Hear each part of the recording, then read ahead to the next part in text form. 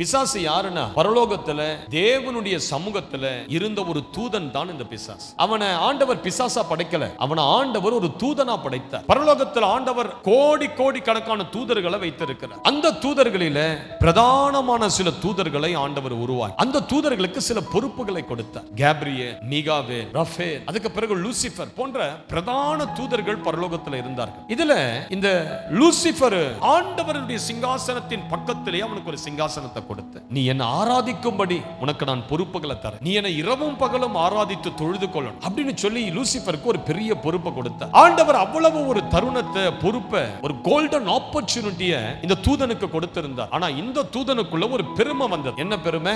நான் ஆண்டவர் ஆராதிக்கணுமா, இவருக்கு நான் பணியணுமா, இவரை நான் தொழுது கொள்ளணுமா, என்னதான் எல்லாரும் தொழுது கொள்ளணும், தேவ தூதர்கள் என்னதான் ஆராதிக்கணும், நான் இந்த ஆண்டவருடைய சிங்காசனத்துக்கு மேலா என் சிங்காசனத்தை நான் உயர்த்த போறேன்னு சொல்லி ஆண்டவர் அவன் எதிர்த்து நின்றான். ஒரு பெருமை அவனுக்குள்ள, ஒரு மனமேட்டிமை. அவன் அழகா இருந்தது நிமித்தம் அவனுக்கு இசையின் ஞானத்தை கர்த்தர் கொடுத்திருந்தார். நல்ல பாடுகிற, ஆராதிக்கிற ஞானத்தை கர்த்தர் கொடுத்திருந்தார். ஆண்டவர் இவ்வளவு கிருபைகளை கொடுத்திருந்தார். ஆனா பெருமை உச்சிக்கு ஏறியது. ஆண்டவர் பார்த்தார், நீ என்னை விட நீ உயரமா போகணும்னு ஆசைப்பட்டுட்ட, நீ என்னை எதிர்த்த, உனக்கு கீழாக கொடுக்கப்பட்ட ஒரு கூட்ட தேவ தூதர்களை நீ ஏமாத்தி வஞ்சித்து உன்னை தேவனாக அவர்களுக்கு நீ காட்டிட்ட. அதனால இனி நீ பரலோகத்தில் இருக்க கூடாதுன்னு சொல்லி ஆண்டவர் என்ன பண்ணார்? அந்த தூதனையும் அவனை சார்ந்த, அவனால் வஞ்சிக்கப்பட்ட ஒரு கூட்ட தூதர்களையும் என்ன பண்ணிட்டாரு? பரலோகத்திலிருந்து தள்ளிட்டார். இப்போ இந்த தள்ளப்பட்ட தூதர்கள் தான் பூமியில பிசாசுகளாக சுற்றி கொண்டிருக்கிறார். அந்த பிசாசுகள் தான் இன்னைக்கு வான மண்டலங்களை பிடித்து, வான மண்டலத்தில் அவன் ராஜ்யத்தை கட்டி, பூமி மண்டலத்தில் விழுந்த சில தூதர்கள், சில பிசாசின் ஆவிகள் இன்றைக்கு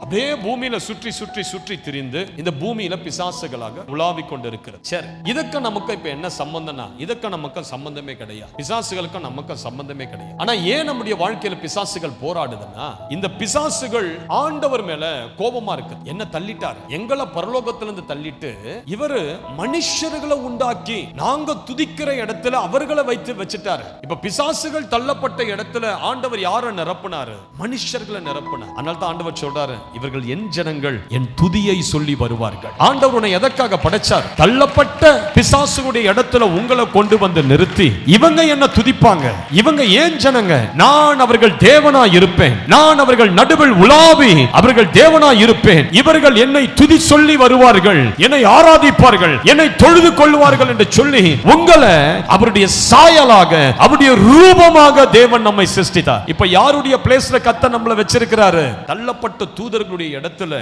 ஒரு மகிமையான இடத்துல, தேவனை ஆராதிக்க கூடிய ஒரு உன்னத ஸ்தலத்துல கர்த்தர் நம்மை வைத்திருக்கிறார்.